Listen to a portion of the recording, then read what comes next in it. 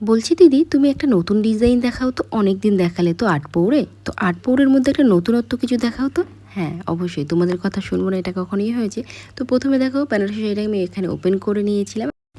যদি এখানে এরকম একটা গেরো বেঁধে নিয়ে তারপরে পেটিকোটের মধ্যে রাখো, অনেকে যারা ভাবো যে শাড়ি খুলে যাওয়ার সম্ভাবনা থাকে, সেফটি পিন পিন আপ করো ওখানে, তো সেটা না করে যদি ডাইরেক্ট একটা গেরো বেঁধে নাও তাহলে দেখবে অনেকটাই সিকিওর থাকবে। পিছন দিক দিয়ে ঘুরিয়ে সামনের দিকে নিয়ে আসবে, যেখানে প্রথম দিয়েছিলে সেখানে পেটিকোটের মধ্যে উপরের এক্সট্রা কাপড়টা দিয়ে নিলে বড় করবে, ঠিক যেমন আমি দেখাচ্ছি একদম সামনের দিকে।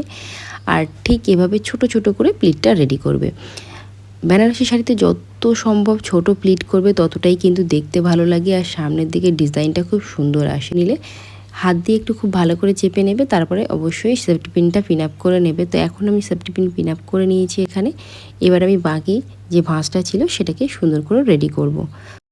এখানে আমি দেখো কাঁধের উপরে আঁচলটাকে রেখে ছোট ছোট করে ভাঁজগুলোকে এখানে ধরে নিয়ে হাত দিয়ে চেপে নিয়েছিলাম। তাতে করে কি হবে, ফোলা ভাবটা চলে যাবে। আর আঁচলটাকে কিন্তু একদম পিছন দিকে দেখে নেবে যেন মেস ছুঁয়ে থাকে।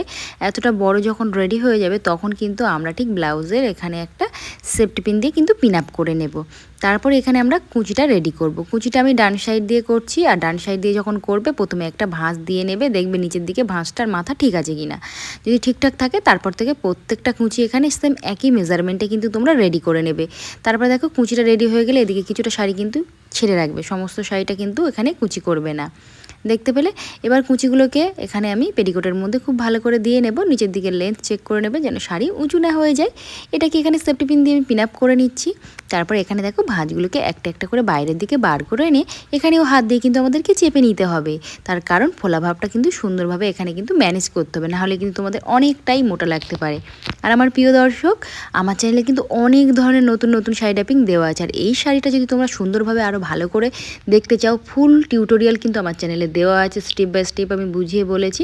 তো তোমরা কিন্তু এই ভিডিওটা সেখানেও দেখে নিতে পারো, এখানে শুধু আমি ছোট করে দিয়েছি।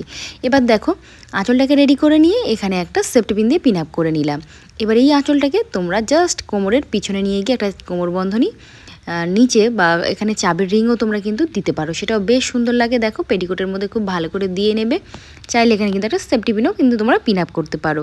আর এদিকে ভাঁজগুলোকে একবার দেখে নেবে যে ঠিকঠাক আছে কিনা।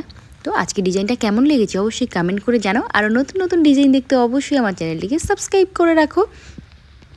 আর তোমরা আরও নতুন নতুন কী কী ডিজাইন দেখতে চাইছো সেটাও কিন্তু কমেন্ট বক্সে কমেন্ট করতে পারো। আমি কিন্তু নতুন নতুন ভিডিও তোমাদের সঙ্গে শেয়ার করি, আর খুব সহজেই তোমরা 1 থেকে 2 বার শাড়িটা দেখে যেন শাড়ি পরতে পারো সেইভাবে বুঝিয়ে বলার চেষ্টা করি। তো আজকের মতো টাটা, দেখা হচ্ছে আবারও একটা নতুন ভিডিওতে। তত সময় সবাই তোমরা ভালো থেকো।